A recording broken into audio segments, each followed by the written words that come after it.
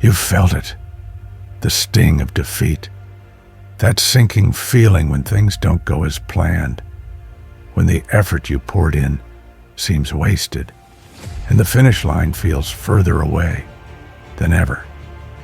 But let me ask you something. Have you ever stopped to think why you lose? It's not because you're incapable. It's not because the world is unfair. And it's definitely not because you're destined to fail. No, you lose because losing is part of the process. It's part of the journey to greatness. Losing isn't the opposite of winning. It's a step toward it. Every time you fall short, you're being taught a lesson, handed an opportunity to grow, and given a chance to build resilience. Think about it. The greatest champions in history didn't become legends by avoiding failure. They became great because they faced failure. They learned from it, adapted, and kept going. The truth is, losing only becomes permanent if you give up.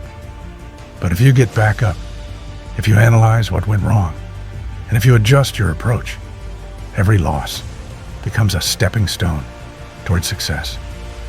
Sometimes you lose because you held back. You were too scared to give it your all, to take the risk, or to put yourself out there. Fear of failing kept you from truly trying.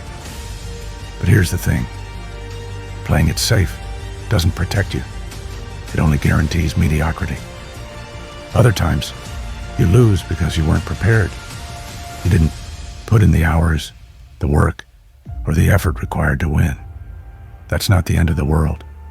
It's a wake-up call, a reminder that success demands commitment and consistency. And then there are times you lose because the timing wasn't right. The world wasn't ready for your idea, your effort, or your dream. But that doesn't mean it's over. It means your moment hasn't arrived yet. So, why do you lose? You lose because you're human, because you're trying, because you're on a path where losing is inevitable, but it's not final. Losing teaches you humility. It grounds you, reminding you that greatness isn't handed out. It's earned. It shows you where you're weak, so you can become stronger. It reveals what's not working, so you can find what does. And most importantly, losing teaches you gratitude.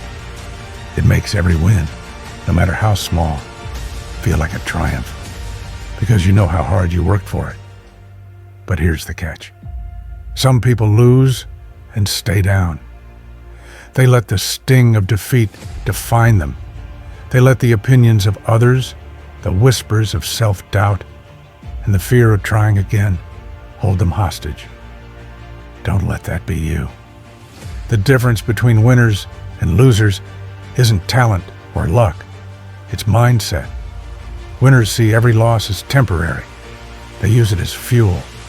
They turn pain into power, setbacks into setups, and failure into feedback. You have that same potential. You can bounce back stronger. You can rise higher than ever before. But you have to make a choice. Will you let your losses define you, or will you let them refine you? You didn't lose because you're weak. You lost because you're learning. You're growing. You're becoming the person you're meant to be. And that process, it's not easy. It's not supposed to be. But that's what makes it worth it. So the next time you lose, don't wallow in self-pity. Don't give in to negativity. Instead, ask yourself, what can I learn? How can I grow? What's my next move? Because every loss brings you closer to a win, if you let it. The path to success is paved with failure, but it's also paved with resilience, determination, and an unshakable belief in yourself. You may lose today, but that doesn't mean you'll lose tomorrow. Keep pushing, keep trying, keep believing, because the only true way to lose is to quit. And quitting, that's not in your DNA. You're stronger than your setbacks, you're tougher than your trials, and you're more capable than you even realize. So stand up, dust yourself off, and get back in the game. Because losing isn't the end of the story. It's just the beginning of your comeback.